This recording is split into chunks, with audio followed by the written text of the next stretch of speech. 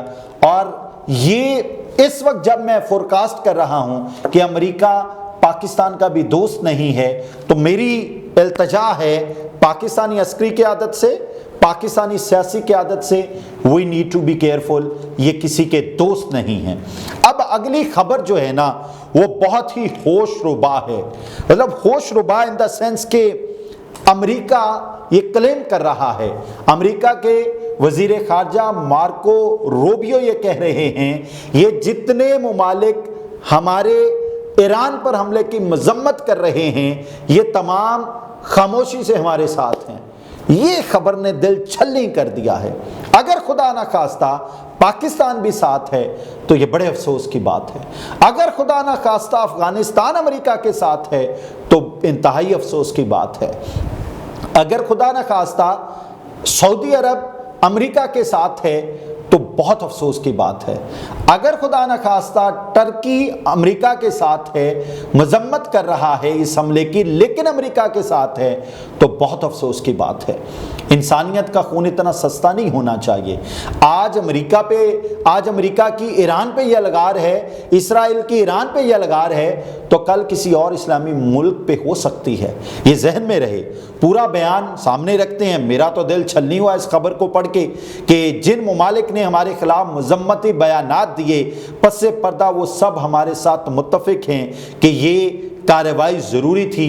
امریکی وزیر خارجہ مارکو روبیو کا انکشاف، اب یہ انکشاف کوئی چھوٹا سا انکشاف نہیں ہے، عام سی بات نہیں ہے۔ اب دیکھیے پوری خبر میں آپ کے سامنے رکھتا ہوں۔ امریکہ نے دعویٰ کیا ہے کہ ایران پر حملے کے بعد جو ملک ہماری مذمت کر رہے ہیں پس پردہ ہمارے ساتھ ہیں۔ امریکی نشریاتی ادارے فوکس نیوز کے ساتھ گفتگو کرتے ہوئے امریکہ کے وزیر خارجہ مارکو روبیو نے انکشاف کیا جن ممالک نے ہمارے خلاف بیانات دیے، مذمت کی، دراصل پرائیویٹلی وہ سب ہمارے ساتھ متفق ہیں کہ یہ کارروائی ضروری تھی۔ میری یہ چیلنج ہے امریکی وزیر خارجہ کو، امریکی اسٹیبلشمنٹ کو، کسی ایک ملک کے بارے میں ثابت کر دیجئے کہ وہ اس حملے کے حوالے سے امریکہ کے ساتھ ہے، تو میں مان جاؤں گا کہ واقعی امریکہ انسانوں کا ملک ہے، انسانوں کا دیس ہے۔ امریکی اسٹیبلشمنٹ انسانوں میں انسان بستے ہیں، لیکن میرا نہیں خیال کہ امریکہ کے علاوہ، امریکی اسٹیبلشمنٹ کے علاوہ امریکن عوام بھی اس سے خوش ہو۔ آپ تو کہہ رہے ہیں نا باقی ممالک جو مذمت کر رہے ہیں، اگر آپ یہ کلیم کر رہے ہیں کہ خدا نخواستہ پاکستان، خدا نخواستہ افغانستان، خدا نخواستہ سعودی عرب، خدا نخواستہ عمان، خدا نخواستہ شام، خدا نخواستہ ٹرکی، خدا نخواستہ کوئی اور ملک، کوئی اور اسلامی ملک، خدا نخواستہ UAE، خدا نخواستہ قطر آپ کے ساتھ ہے، تو مجھے یہ بتائیں کہ امریکہ کے اندر کے لوگ آپ کے ساتھ کیوں نہیں ہیں؟ امریکہ میں مظاہرے کیوں ہو رہے ہیں؟ آپ کے بارے میں تو کانگریس نے یہ کہا ہے کہ آپ نے امریکن کانسٹیٹیوشن کی خلاف ورزی کی ہے، اور میں آپ کو بتا دوں یہ سینٹ اپروو کرے گا۔ امریکہ کے لاء کے مطابق جب تک کوئی پریزیڈنٹ کی سیٹ پر بیٹھا ہوا ہے اس سے پھانسی نہیں دی جا سکتی۔ میری اگلی خبر لے لیجئے، جیسے ٹرمپ کرسی سے اترا اس حملے کی پاداش میں ٹرمپ کو پھانسی دی جائے گی۔ میری خبر رپیٹ کر رہا ہوں میں، اس ٹرمپ کو ایران پر حملے کی پاداش میں جب یہ کرسی سے اترا اس کو پھانسی دی جائے گی، کیونکہ امریکہ کی عوام اس چیز کو برداشت نہیں کر سکتی۔ ٹرمپ نے ووٹ اس چیز کا لیا تھا کہ میں تمام جاری جنگیں بند کروں گا، اور حیران کن حد تک ہے کہ ان جاری جنگوں کو بند کرنے کی بجائے ایران پر اتنا ہیبت ناک حملہ کر دیا جس نے پوری دنیا کو ہلا کے رکھ دیا۔ Now Pakistan need to be very careful کہ کسی بھی اسنا میں، کسی بھی لمحے یہ دشمن ہم تک پہنچ سکے گا۔ اب مارکو روبیو نے کیا کہا؟ عوامی تعلقات کے لیے ان ممالک کو جو بھی کرنا ہے وہ کرنا ہے، تاہم اس کارروائی پر اگر پوری دنیا میں کوئی ناخوش ہے تو وہ صرف ایران کی حکومت ہے۔ میرا پھر امریکی اسٹیبلشمنٹ سے سوال ہے، ایران کی حکومت ناخوش ہے مان لیا، لیکن آپ مجھے یہ بتائیے کہ آپ کے خیال میں امریکی عوام اس سے خوش نہیں، امریکی عوام اس سے ناخوش کیوں ہے؟ آپ امریکی عوام کو تو پہلے خوش کر لیں، اس کا تو جواب دے لیں۔ آپ پاکستان کے ورڈکٹ کو اپنی زبان سے بیان کیے جا رہے ہیں، آپ باقی ممالک کے ورڈکٹ کو اپنی زبان سے بیان کیے جا رہے ہیں۔ امریکی سینٹرل کمانڈ نے ایران پر حملے سے متعلق بتایا کہ ایران کی 3 تنصیبات پر حملے کیے گئے۔ ایران کی تنصیبات پر حملے میں B-2 بامبرز نے حصہ لیا۔ ہر جہاز کے حملے میں 2 افراد سوار تھے۔ حملے کے درمیان انتہائی کم کمیونیکیشن تھی۔ بامبرز نے امریکہ سے مغرب کی اڑان بھری۔